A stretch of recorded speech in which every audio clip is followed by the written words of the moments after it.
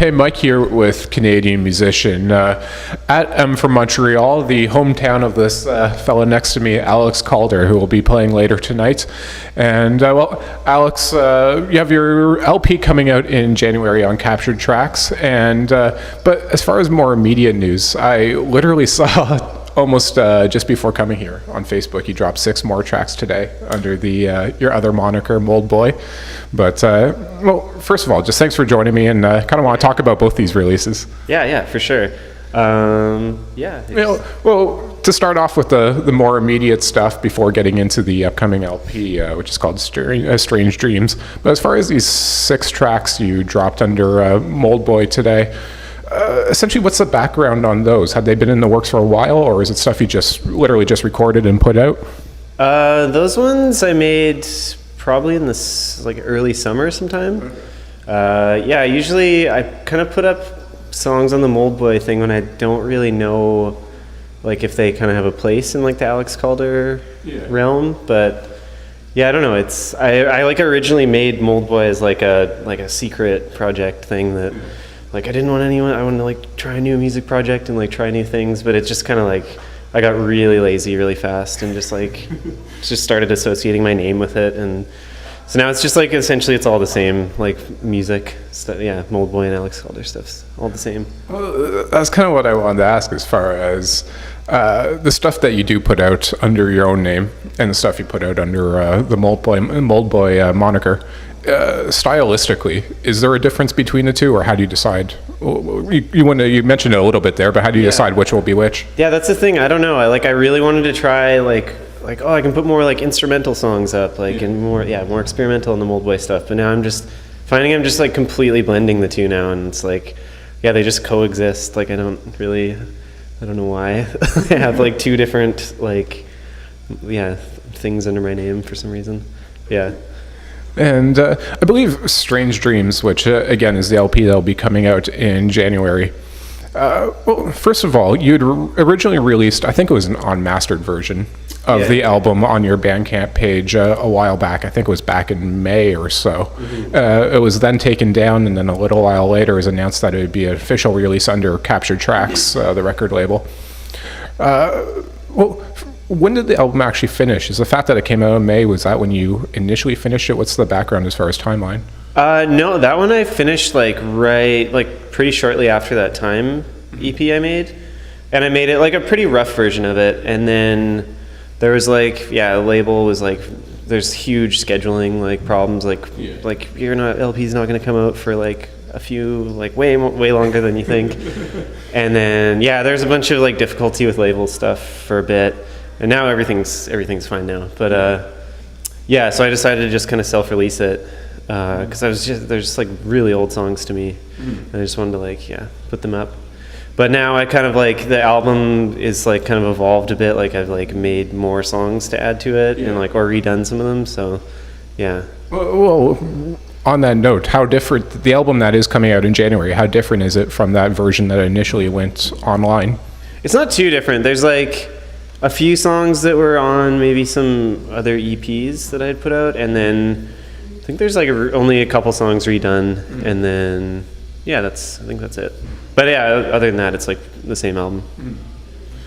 Having essentially finished the writing of the album so long ago, like you were saying, does that get obviously with labels there's a whole business that has to go into releasing an album and the marketing and all of that, but strictly from an artistic standpoint, can it get a bit frustrating when you have that huge time gap between finishing it and actually seeing it being released? It gets very frustrating.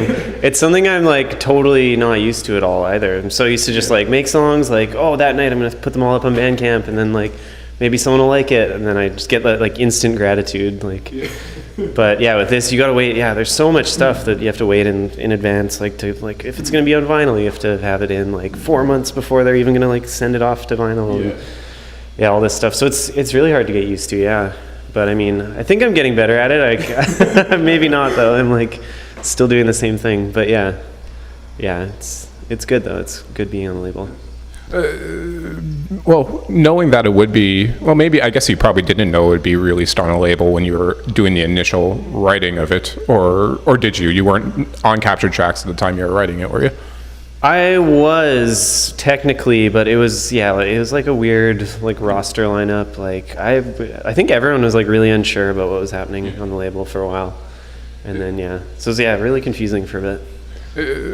Does it change the mindset for you when you're writing songs or crafting the songs, knowing that there is essentially a business behind it now rather than it's something that you're just going to throw up online later that night? Does it change the mindset? Yeah, completely. It actually, it's really hard to think like, oh, if I have like a deadline to make an album, then like I gotta get to work. But never ever works like that. I've never like I'm gonna make an album and then like 2 weeks later I'd have an album. I've never ever done that.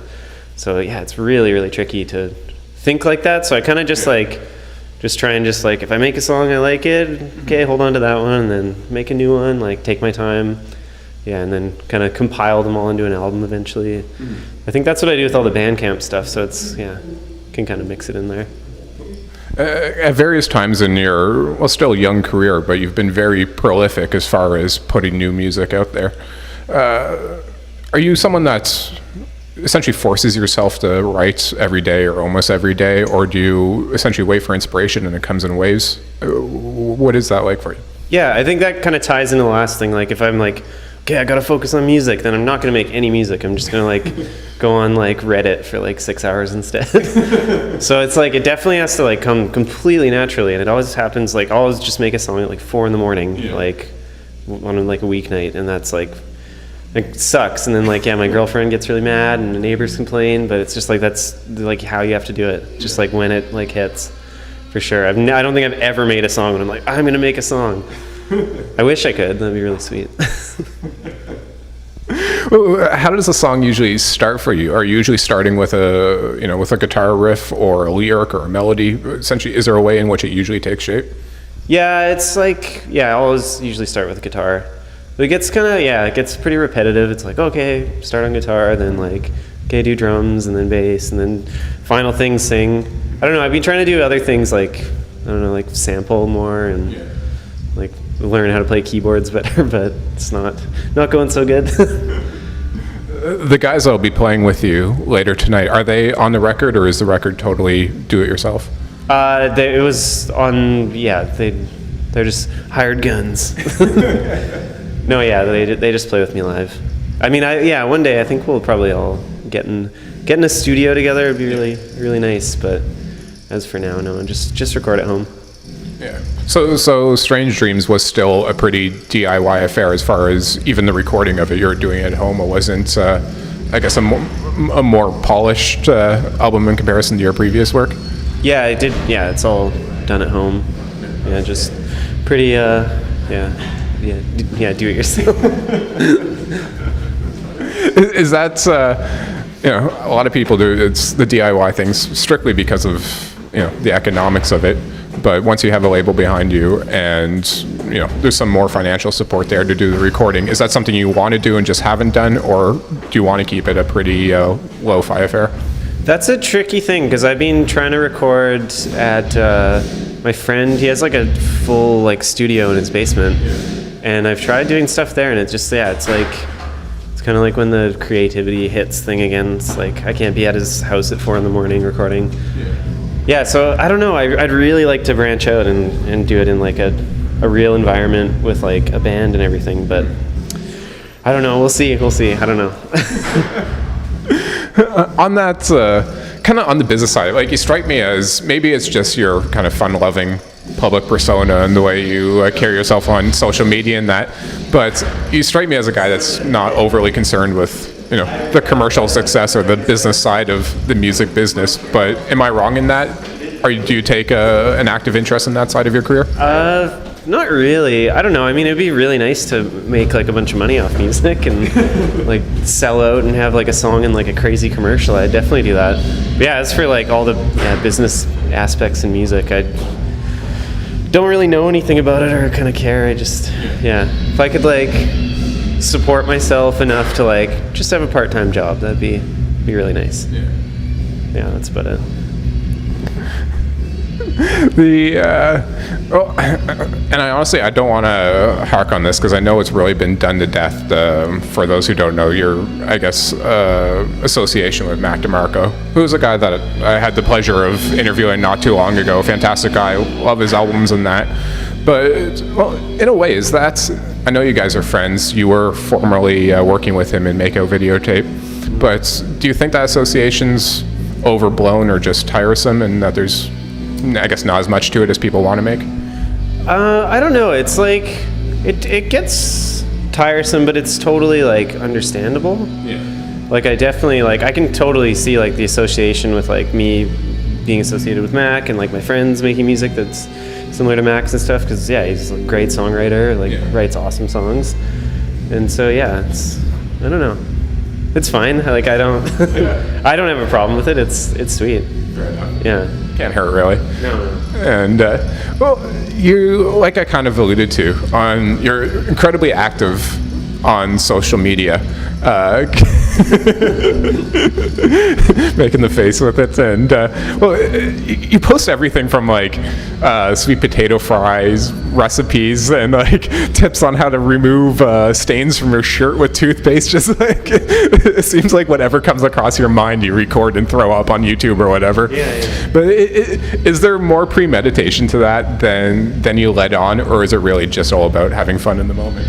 I think it's, like, completely about having fun. Like, yeah, I definitely don't really think about when I do that. Sometimes I, like, regret doing it. I'm like, why did I post that stupid thing? But it's just, like, yeah, it's just fun. Because, like, me and all my friends have been making stupid movies and doing stupid things forever. So it's like, why stop doing that if there's, like, I don't know, someone you don't know, like, paying attention in some way? Like, it's like, kind of all the more better to just keep doing it, I think.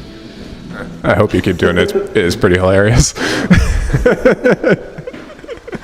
And sorry to return to the point, but the fact that you had Strange Dreams had been done for a long time, essentially, is there a lot of work that's yet to come out? You could have essentially written and recorded a whole new album in the time since you technically finished that one. Is there a lot of stuff still to come out, even though this album itself hasn't come out yet? Yeah, I have a bunch of songs done. Some of which have been, like, posted on the Mold Boy thing. Yeah. But yeah, I mean, I have, like, my other ones that I'm, like, trying to keep. Like, don't do anything with those. Like, keep those for later. So yeah, I don't know. I don't know when I'll have another album done. Probably be pretty busy in the next few months if we go on, like, a tour for a while. Mm-hmm. But yeah, I'd like to have something by the summer for sure. Mm-hmm. Like a new next album, hopefully. I think the Mold Boy EP that you just posted online, I think you mentioned somewhere that it's actually going to get a physical release. Is that the case? And is that also under Captured Tracks, or is that a totally different business affair? It is getting released, but I can't talk about where or when. Fair enough. Sly. Keep the mystery alive. Anyway, well, you guys are obviously playing later tonight for M from Montreal. With the release of the album, are you going to have a full tour? Do you know if that's anything that you can, I guess, make public yet? Essentially, where can people see you in the coming months?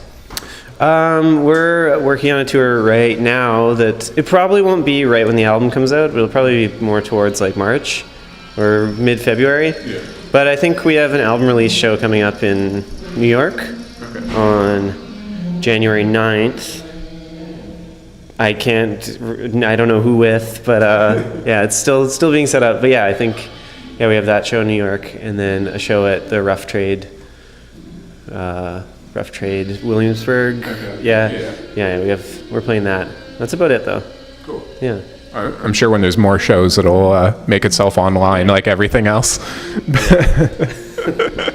But Alex, I appreciate you taking the time. I know you have a sound check in a minute, but thanks a lot for this. I can't wait to hear the rest of the album, and there's plenty more online as we've been talking about for you to hear, so check it out, and also get some recipes and stain removal tips while you're at it. Thanks for this, man. I appreciate it. Thanks a lot.